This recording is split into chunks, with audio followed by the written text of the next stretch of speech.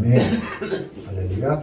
자, 이제 우리가 지금 34장 1절부터 34절까지 읽으셨는데, 읽으시는 도중에 어떤 말씀이 마음속에 확 와닿으셨나요? 아니면 읽으시면서 놀라운 단어들이 눈에 딱 들어오는데 어떤 단어들이 들어오셨는지, 내가 깨달은 것하고 여러분들이 보시고 읽으시면서 깨달은 것이 뭐가 다른가 한번 보아보세요. 자, 문자적으로 먼저 설명하겠습니다. 1절부터 13절까지는요, 요셉이 형들을 테스트하는 거죠. 어떻게 변했는지, 저들의 진실함이 말로만 하는 건지 진실로 하는 건지 요셉은 형들을 알고 싶은 거예요. 하나님은 오늘 또 나와 여러분이 입으로만 하는 건지 진실로 하는 건지를 알고 싶으신 거예요. 그래서 마지막으로 시험하는 거예요. 자, 그랬더니 14절로 17절에 어떻게 됐어요? 베냐민의 자리에서 은잔이 나온 거죠. 자, 베냐민이 볼 때도 억울한 거고 형들이 볼 때도 억울한 거예요. 왜요? 요셉이 꾸민 거잖아요. 형들은 몰라요. 베냐민도 몰라요. 그러니까 심지어 9절에 뭐라고 얘기해요? 9절 한번 읽어보실래요? 만약에 이게 발각이 되면 우리는 절대로 도둑질 한 적도 없고, 만약에 발견되면 그 사람은 죽을 것이고 우리는 다 당신의 종이 되겠습니다라고 호언장담한다니까요. 9절 한번 읽어보세요. 시작. 손님들 중에 살아갔는지 그들은 죽일 것이요 우리는 주의 종이 되리이다. 예, 봐보세요. 결계가 다니까요. 그런데 현실은 어떻게 됐어요? 현실은 베냐민 자루에서 은잔이 나왔잖아요. 이거 어찌된 일이에요, 이게? 꿈에도 상상할 수 없는 일이 벌어진 거예요. 도저히 있을 수 없는, 내 생애에 이런 일이 있을 수가 없는 거예요. 근데 일어났잖아요. 베냐민 자루에서 은잔이 나왔다고요. 그래서 그들이 전부 어디로 갔어요? 요셉한테 끌려갔죠. 요셉의 집에 가서 요셉 앞에서 우리 억울합니다. 억울하다 그러면 뭐하냐고. 개뿔 나왔는데, 여러분들이 아무리 억울하다고 하면 뭐하냐고. 사실로 나왔는데. 그래서 요셉이 뭐라고 그래요? 네? 자, 베냐민 자루에서 은잔이 나왔으니까 베냐민만 내가 종으로 삼고 다른 사람들은 다 아버지 집으로 가쇼. 그랬지 않았어요? 이게 바로 이제 요셉이 형들을 실험하는 거잖아요. 베냐민을 놓고 형들을 실험하는 거예요. 자, 그러면 옛날 같았으면 어떻게 했을 것 같으세요? 옛날 같았으면. 네? 옛날 같았으면. 요셉이 구덩이에 빠지고 요셉이 죽을 때쯤 다른 형들이 어떻게 했어요? 네? 자, 요셉은 지금 그거를 보고 있는 거예요.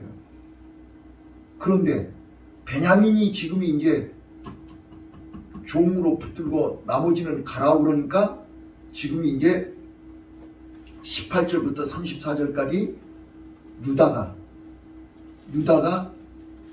20년 전에 있었던 일을 반성하면서 지금 엊그저께 내려올 때 아버지하고 약속했던 그 약속을 하나부터 열까지 요셉에게 다 얘기하면서 내가 동생을 대신해서 종이 되겠습니다. 제발 동생을 아버지께로 돌려보내주세요. 이 동생이 안 가면 아버지는 죽습니다. 그 이야기를 쭉 설명하는 거죠. 근데 거기서 자, 유다가 얘기하는데요. 거기서 놓치지 마셔야 할 단어가 있습니다. 자, 유다가 쭉 설명하는데, 자, 20절부터 보세요. 20절부터 우리가 내 주께 고하되 우리에게 아비가 있으니, 자, 우리라는 단어를 한번 찾아보세요. 얼만큼 많이 나오는 거예요. 이제는 형들이 변했다니까요. 어떻게 변했어요? 요셉의 형들은요, 배다른 엄마가 4명이나 있죠? 그래, 그러네요. 절대로 하나가 될 수가 없어요.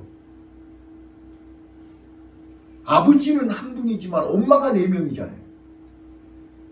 그래서 하나가 될 수 없는 거예요. 그런데 지금 이 기근을 통해서 하나가 돼버리는 거예요. 믿습니까? 자, 요셉이 지금 확인하고 싶은 게 그거란 말이에요.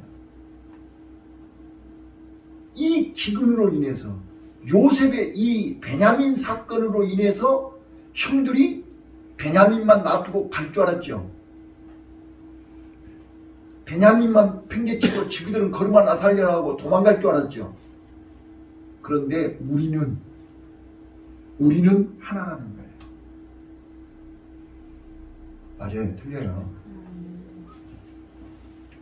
자, 오늘 우리가요, 지금 하나님이 이 본문을 통해서 우리에게 말씀하고자 하는 비밀이 있다니까요. 우리는 기근이 아니면 하나가 되지를 않아요.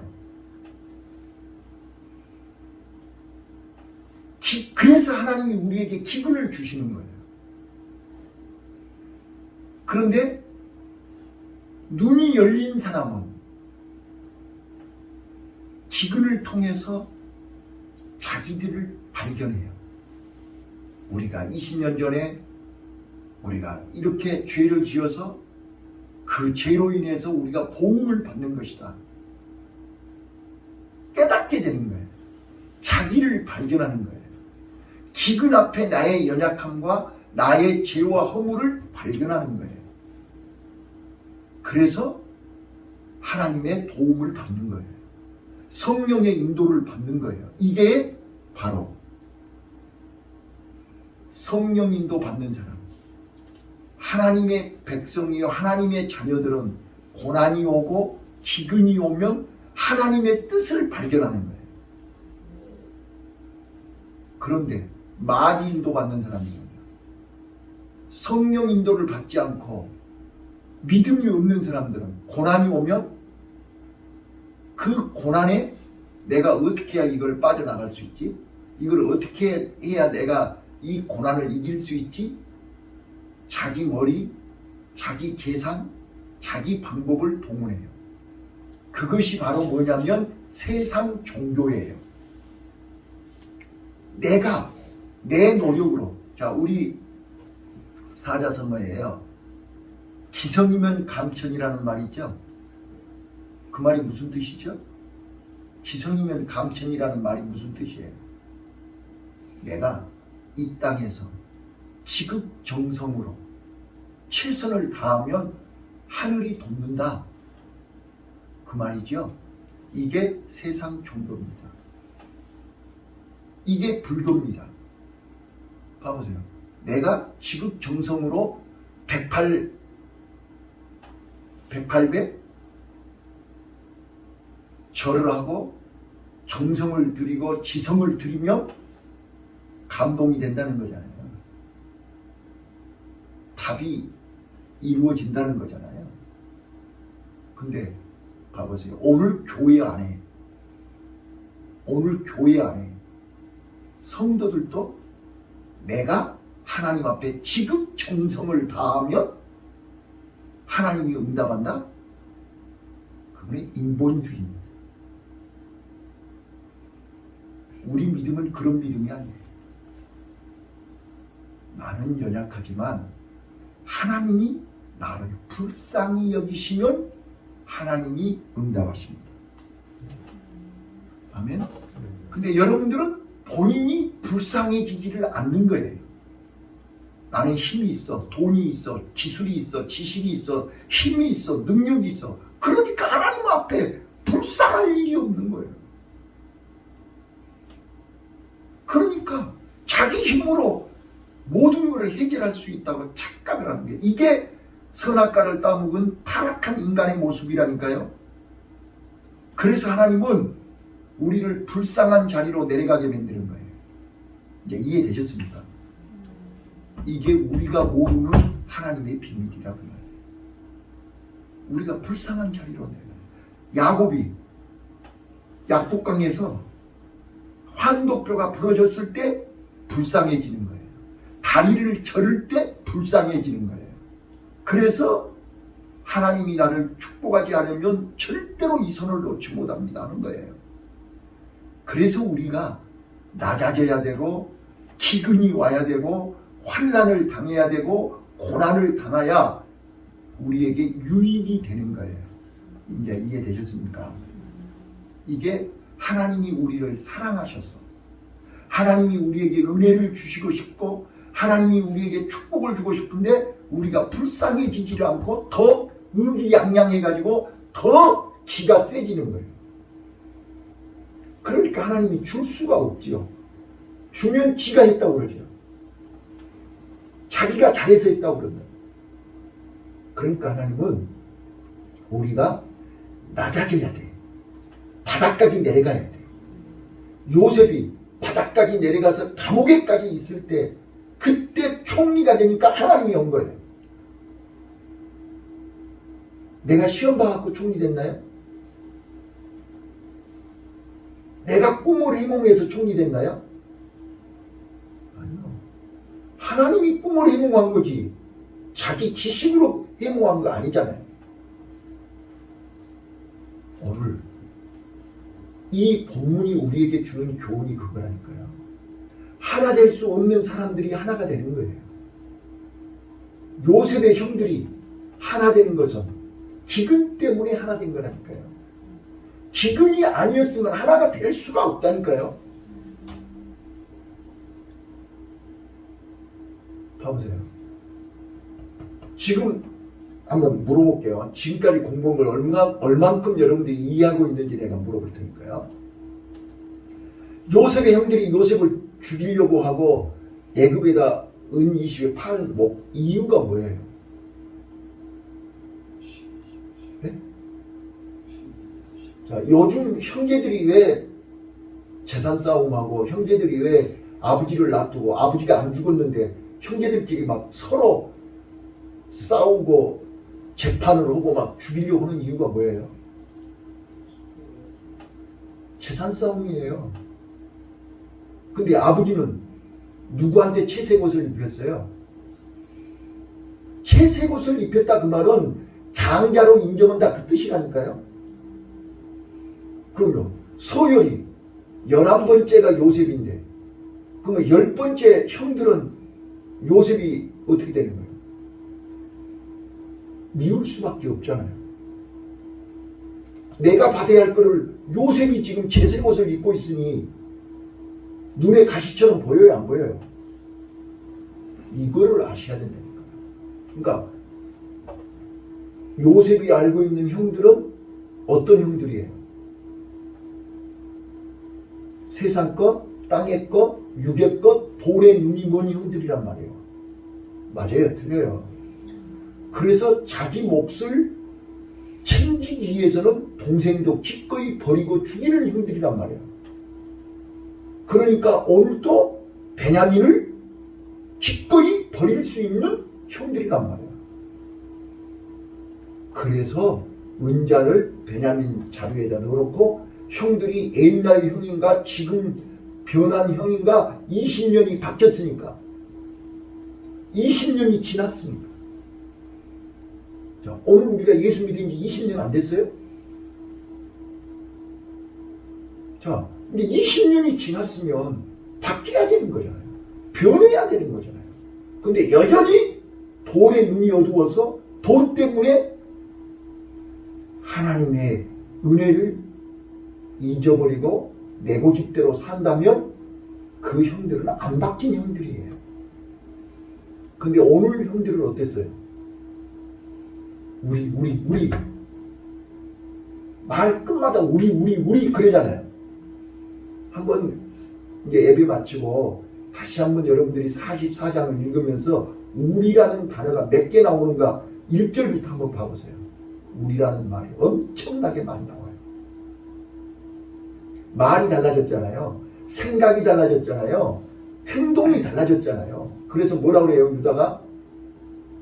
내가 대신 종이 될 테니 베냐민을 아버지한테 돌려보내주세요 라고 얘기하잖아요. 33절이요. 한번 읽어보세요. 33절, 32절, 33절 시작.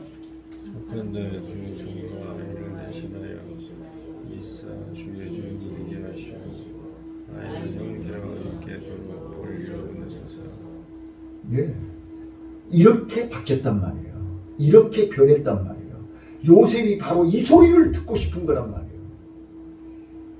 하나님은 오늘 또 이 새벽에 나와 여러분의 입에서 이 소리가 나오기를 원하시는 거예요. 바로 이거란 말이에요. 나는 죽더라도, 나는 종이 되고, 나는 희생하더라도 우리 동생이 살아야 됩니다. 우리 아버지가 살아야 됩니다. 이 동생이 안 가면 우리 아버지 죽습니다. 나는 아버지를 위해서 기꺼이 내가 희생을 하고 동생을 위해서 기꺼이 내가 희생하겠습니다. 바로 이 소리를 요셉이 듣고 싶은 거예요. 하나님은 이 소리를 이 새벽에 나와 여러분 입에서 나오기를 원하시는 거예요. 그런데 우리는 원망만 하고 있잖아요. 불평만 하고 있잖아요. 자, 저 좀 봐보세요. 제가요, 나는 남자니까 임신을 해본 적이 없어요. 그런데 제가 오늘 새벽에 깨달은 게 임신의 비밀이에요. 믿음이 뭐냐면요, 예수의 씨, 복음의 씨가 우리가 임신을 하는 거예요. 복음의 씨가 내 안에 들어온 거예요. 그래서 임신이 된 거예요. 자, 그러면 우리 사모님이나 권사님 입덧 하시죠? 입덧을 심하게 하는 사람이 있고 약하게 하는 사람이 있죠. 자, 입덧이 뭐예요? 뱃속에 있는 애가 음식을 달라는 거잖아요. 그러면 엄마는 내가 전혀 먹어보지 않았던, 내가 싫어하는 음식도 땡기니까 먹어야 되는 거잖아요. 맞아요, 틀려요. 이게 복음이더라고요. 내가 45년 만에 깨달은 복음이 바로 이거예요. 예수님이 내 안에 들어오셨잖아요. 하나님의 말씀이 내 안에 들어왔잖아요. 그러면 그 말씀이 내게서, 내 안에서 자꾸 신령한 음식이 들어오라는 거예요. 신령한 음식이 들어오라는데 안 먹을 수 있어요, 없어요? 땡기니까 먹어야 되는 거잖아요. 그래서 우리는 보라, 이전 것이 지나가고 새 것이 됐다. 새 것을 먹어야 되는 거예요. 얘기가 달라니까. 내 뱃속에서 땡기니까 먹어야 되는 거잖아요. 안 먹으면 잠이 안 오잖아요. 먹었어요. 먹고 나니까 내 뱃속에서 10달 동안 애가 자라나기 시작하는 거예요. 자,